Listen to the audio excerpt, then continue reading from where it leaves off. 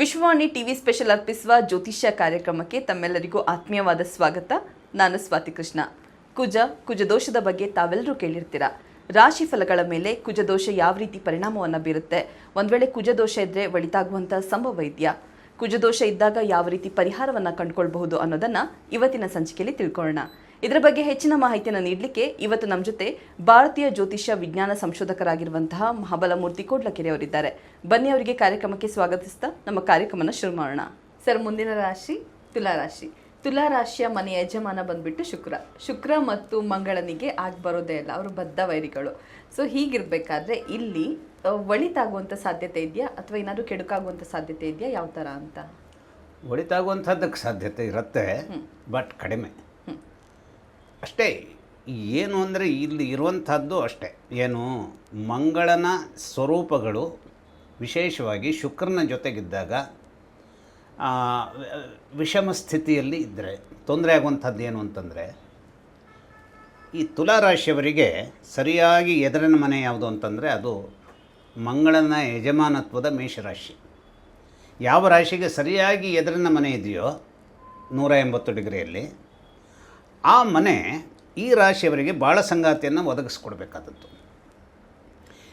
ಈ ಗ್ರಹಗಳ ಒಂದು ದುಷ್ಟತನ ಹೇಗೆ ಅಂತಂದರೆ, ಆ 7ನೇ ಮನೆಯ ಯಜಮಾನ ಈ ರಾಶಿಯವರಿಗೆ ದುಷ್ಟನಾದ ಅಂತ ಹೇಳಾದರೆ, ದುಷ್ಟನಾಗಿ ಈ ರಾಶಿಯಲ್ಲೇ ಅವನು ಕೂತಿದ್ದಾನೆ ಅಂತಾದರೆ ದಾಂಪತ್ಯದಲ್ಲಿ ಒಂದು ರೀತಿಯ ಬಿರುಕನ್ನು ತರ್ತಾನೆ. ಯಾರು? ಮಂಗಳ.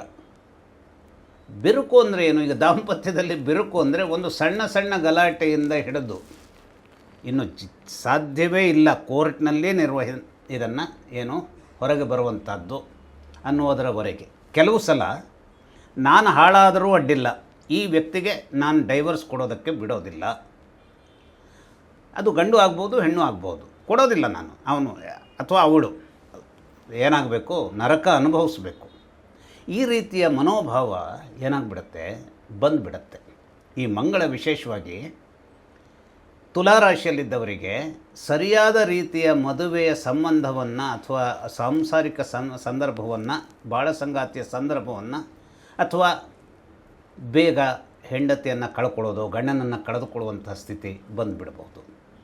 ಈ ಗ್ರಹಗಳ ರೀತಿ ನೀತಿಗಳು ಒಂದು ಏನು ಅಂದರೆ, ನೇರವಾಗಿ ಮಂಗಳ ಇರುವುದರ ಮೂಲಕವಾಗಿ ಇವಿಷ್ಟು ಆಗಬಹುದು ಅನ್ನುವಂಥ ಒಂದಿಷ್ಟು ಸಾಧ್ಯತೆಗಳನ್ನು ತೋರಿಸುವಂಥದ್ದು ಒಂದು.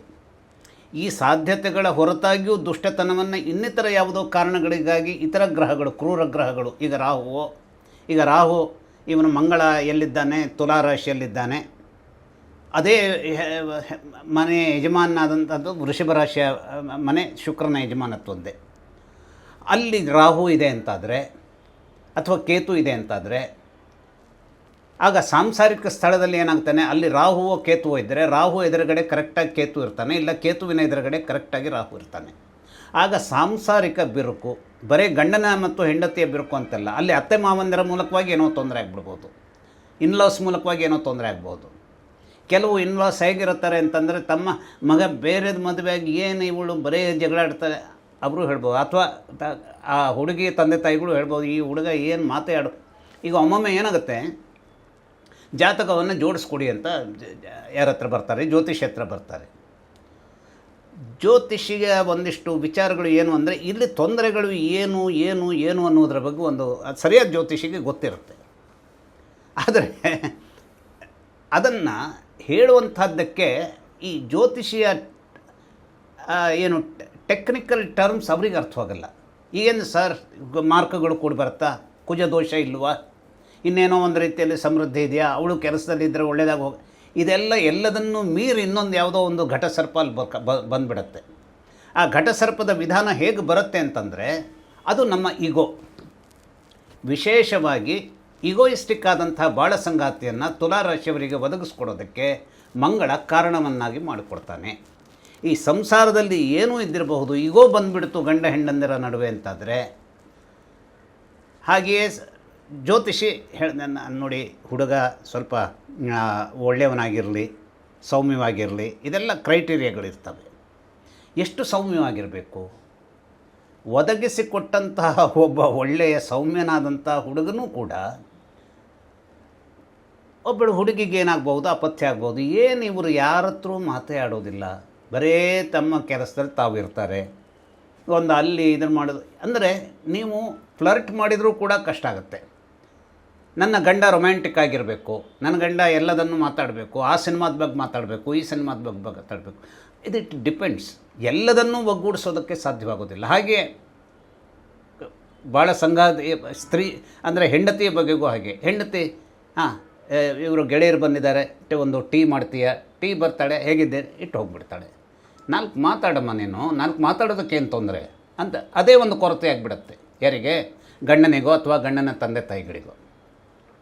ಅವಳು ಇನ್ನೇನೋ ಮಾತನಾಡ್ತಾ ಕೂತಳು. ಈಗ ನಿನ್ನೆ ಕ್ರಿಕೆಟ್ನಲ್ಲಿ ಮಹಿಳಾ ಟೀಮ್ ಹೇಗೆ ಗೆದ್ದಿತು ಅಂತ ಏನೋ ಒಂದು ಮಾತಾಡ್ಲಿಕ್ಕೆ ಹೊರಟುಬಿಟ್ಲು ಅಂತಂದರೆ ಮಾತು ಮಾತು ಮಾತು ಬರೇ ಮಾತಾಡ್ತಾಳಪ್ಪ. ಈ ಒಂದು ವಿಚಿತ್ರಗಳು ಏನಾಗ್ತಾ ಇರ್ತವೆ. ಆ ಜ್ಯೋತಿಷಿಗಳು ಹೇಳಿದ್ರು ಅಂತ ಮದುವೆ ಮಾಡ್ಕೊಂಡ್ವಿ, ಆದರೆ ಈ ಬರೇ ಮಾತಾಡ್ತಾಳೆ ಇವಳು ಅಥವಾ ಬರೇ ಮಾತಾಡ್ತಾನೆ ಇವನು. ಈ ರೀತಿಯ ಸ್ಥಿತಿಗತಿ. ನಿಮಗೆ ಒಳ್ಳೆಯದು ಬೇಕೋ ಆ ಒಳ್ಳೆಯತನದಲ್ಲೂ ಅನೇಕ ಕೊರತೆಗಳು ಇರ್ತವೆ. ಅಥವಾ ಸ್ವಲ್ಪ ಮಟ್ಟಿಗಿನ ಸೋಷಿಯಲ್ ಎಲಿಮೆಂಟ್ಸ್ ಬೇಕೋ ಅಲ್ಲೂ ಕೂಡ ಕೆಲವು ಕೊರತೆಗಳು ಎದ್ದೇಳಬಹುದು. ಹಾಗಾಗಿ ಎಷ್ಟೇ ನಾವು ಒಂದು ನಿಗಾ ವಹಿಸಿ ಒಂದು ಜಾತಕವನ್ನು ಒಗ್ಗೂಡಿಸುವುದು ಅಂತಾದರೂ ಕೂಡ ತುಲಾ ರಾಶಿಯವರ ಮಟ್ಟಿಗೆ ಏನಾಗುತ್ತೆ, ಈ ಅನುಕೂಲಕರವಾಗಬಹುದು ಅಂತ ಜೋಡಿಸಿದ ಜಾತಕದಲ್ಲೂ ಕೂಡ ಕೆಲವು ಕೊರತೆಗಳು ಎದ್ದೇಳಬಹುದಾದಂಥದ್ದಕ್ಕೆ ಮಂಗಳ ಏನು ಮಾಡ್ತಾನೆ, ತಳಹದಿಯನ್ನು ನಿರ್ಮಾಣ ಮಾಡಿಕೊಡ್ತಾನೆ. ಈ ಜೀವನದ ಸಂದರ್ಭದಲ್ಲಿ ಹಾಗಾದರೆ ನಮ್ಮನ್ನು ಯಾವ ವಿಚಾರಗಳು ಸೋಲಿಸ್ತವೆ? ನಮಗೊಂದು ಪರ್ಸ್ನಾಲಿಟಿನೇ ಇರದೆ ಹೋದರೆ ಅದು ಸೋಲಿಗೆ ಕಾರಣ ಆಗುತ್ತೆ. ಮಾತಿನ ಕಮ್ಯುನಿಕೇಷನ್ ಸ್ಕಿಲ್ ಇರದೆ ಹೋದರೂ ಕೂಡ ನಮ್ಮ ಸೋಲಿಗೆ ಕಾರಣ ಆಗುತ್ತೆ. ಧೈರ್ಯವೇ ಇಲ್ಲ ಅಂದರೂ ಕೂಡ ನಮ್ಮ ಸೋಲಿಗೆ ಕಾರಣ ಆಗುತ್ತೆ. ನಮಗೊಂದು ಮನೆ ಉಳ್ಕೊಳ್ಳಿಕ್ಕೆ ನಾವು ಮಾಡಿಲ್ಲ ಅಂದರೆ ಅದು ಕೂಡ ಸೋಲಿಗೆ ಕಾರಣ ಆಗುತ್ತೆ. ಹೀಗೆ ಅನೇಕ ಕಾರಣಗಳಿದ್ದರೂ ಕೂಡ ಮದುವೆಯ ಸಂದರ್ಭದ ಸೋಲಿದೆಯಲ್ಲ, ಅದು ಜೀವನದಲ್ಲಿ ಬಹಳ ದೊಡ್ಡ ಸೋಲದು. ಈಗ ನಾನು ನನ್ನ ಕಾರ್ಯಕ್ಷೇತ್ರದಲ್ಲಿ, ನನ್ನ ಆಫೀಸಿನಲ್ಲಿ, ನನ್ನ ಬಾಸ್ ಜೊತೆಗೆ, ನನ್ನ ಕಲೀಗ್ಸ್ ಜೊತೆಗೆ ನಾನು ಎಲ್ಲ ರೀತಿಯ ವಿಚಾರಗಳನ್ನು ನಿಯಂತ್ರಿಸ್ಕೊಂಡು ಹೋಗ್ತೇನೆ. ಅವರು ಸರಿಯಾಗಿ ಇರದೇ ಹೋದರೂ ಕೂಡ ಅನ್ನುವಂಥದ್ದು ನನಗೆ ಶಕ್ತಿಯಾಗಿ ಬರಬೇಕಾದ್ರೆ ಮನೆಯಲ್ಲಿ ಶಾಂತಿ ಬೇಕು. ಆ ಮನೆಯಲ್ಲಿನ ಶಾಂತಿಯನ್ನೇ ಹಾಳು ಮಾಡುವಂಥದ್ದನ್ನು ಮಂಗಳ ಮಾಡಿಬಿಡಬಹುದು. ಹಾಗಾದರೆ ಮಂಗಳ ಮಾಡದೇ ಇರುವ ಹಾಗೆ ಒಳಿತಿನ ಸಂದರ್ಭ ಹೇಗೆ ನಿರ್ಮಾಣ ಆಗಬೇಕು? ಅದು ಶುಕ್ರನಿಂದಲೂ ನಿರ್ಮಾಣವಾಗೋದಕ್ಕೆ ಸಾಧ್ಯತೆ ಇರುತ್ತೆ. ಯಾವಾಗ? ಈಗ ಮಂಗಳ ಶುಕ್ರನ ಮನೆಯಲ್ಲಿ ಕೂತಿದ್ದಾನೆ ತುಲಾದಲ್ಲಿ. ಮಂಗಳನ ಮನೆಯಲ್ಲಿ ಶುಕ್ರ ಕೂತಿದ್ದಾನೆ, ಶುಕ್ರನ ಮನೆಯಲ್ಲಿ ಮಂಗಳ ಅದೊಂದು ಪರಿವರ್ತನ ಯೋಗ. ಹಾಗಾಗಿ ಮಂಗಳ ಮತ್ತು ಶುಕ್ರರು ಪರಸ್ಪರ ನೋಡಿಕೊಳ್ಳುವಂಥ ಸ್ಥಿತಿ ಏನಾದರೂ ಈ ತುಲಾರಾಶಿಯವರಿಗಿದೆ ಅಂತಾದರೆ ಸಂಸಾರದ ಸಂದರ್ಭ ಅತ್ಯದ್ಭುತವಾದಂಥ ಒಂದು ಸಿದ್ಧಿಗೆ ಕಾರಣ ಆಗುವಂಥ ಒಂದು ಮೂಲಭೂತವಾದಂತಹ ಅದ್ಭುತವಾದಂತಹ ಒಳಿತಿನ ಬೇರುಗಳನ್ನು ಅದು ಸಂಪಾದಿಸ್ಕೊಳ್ಬೋದು.